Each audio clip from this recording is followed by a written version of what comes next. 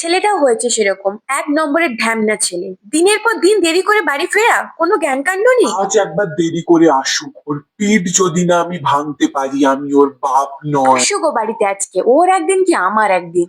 কোথায় তুই ভাই? আমি একটু বন্ধুদের সাথে বেরিয়েছি। তুই 5 মিনিটের মধ্যে বাড়ি ঢোক, বাবা আমার দুজনে কিন্তু খুব রেগে গেছে আজকে। আমি তবুও বলেছি যে ওর একটা ফ্রেন্ডের মায়ের শরীর খুব অসুস্থ, তাই নার্সিং হোমে আছে। কিচ্ছু শুনতে চাই না আমি, তুই 5 মিনিটের মধ্যে বাড়ি ঢুক এখন। আচ্ছা ঠিক আছে, 5 মিনিটে ঢুকছি। কিরে তোর আবার কি হলো? কিছু হয়নি, ছাড়। বেশি নাটক না করে চটপট করে বলে ফেল। বাবা একটা দরকারি জিনিস কেনার জন্য 500 টাকা দিয়েছিল, কিন্তু বন্ধুদের সাথে খরচ হয়ে গেছে। এখন আমি কি করব কিছু বুঝতে পারছি না। ধর শেষবারের মতো দিচ্ছি, পরের বার থেকে কিন্তু দেখে শুনে খরচ করিস। সবসময় কিন্তু আমি তোকে দেওয়ার জন্য থাকবো না। আরে ঠিক আছে, বাদ দিয়ে দিতে আরে হবে না। ধর না, তোর কাছে যখন টাকা আসবে টাইম হলে দিয়ে দিস। আমি তো প্রথম থেকেই বলছি যে কম্পিউটার সায়েন্স। ইঞ্জিনিয়ারিংটাও কিন্তু বেশ ভালো।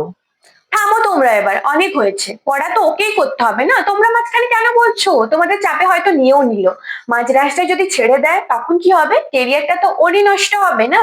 ওর যেটা পছন্দ ওকে ওটা নিয়ে পড়তে দাও। এই শোর শোর, উঠবি নাকি বল? উঠবি না তোর গায়ে আমি এবার জল ঢেলে দেবো। উঠবি নাকি বল? এই শোর, জানিস তো কালকে যে সারা রাত তুই বন্ধুদের সাথে আড্ডা মারছিস সেটা আমি বাবাকে বলে দিয়েছি। আর বাবা যে 500 টাকা দিয়েছিল বাবার জিনিস কিনতে, সেটা যে তুই বন্ধুদের সাথে খরচা করে দিয়েছিস সেটাও বলে দিয়েছি। আর শোন শোন। না, তুই তো আমাকে 500 টাকা দিয়েছিস। কি বললি? 500 টাকা? 5 টাকা দেবো না তোকে আমি, 5 টাকা। আর শোন শোন, বাবা মা বলছিল যে ওর যেটা পছন্দ ও সেটা নিয়েই পড়বে, কিন্তু আমি বলে দিয়েছি হয় ওকে কম্পিউটার সায়েন্স না হলে ইঞ্জিনিয়ারিং লাইনে পাঠাও, না হলে নিজের পছন্দ মতো সাবজেক্ট নিয়ে পড়বে। হাতের 5 পা দেখবে, পড়তে বসবে না। ও, এবারে বুঝতে পেরেছি। এতক্ষণ স্বপ্ন দেখছিলাম। তাই বলি, আমার রাক্ষসী দিদিটা এত ভালো হয়ে গেল কি করে। যাই হোক, ওটা স্বপ্নতেই সম্ভব।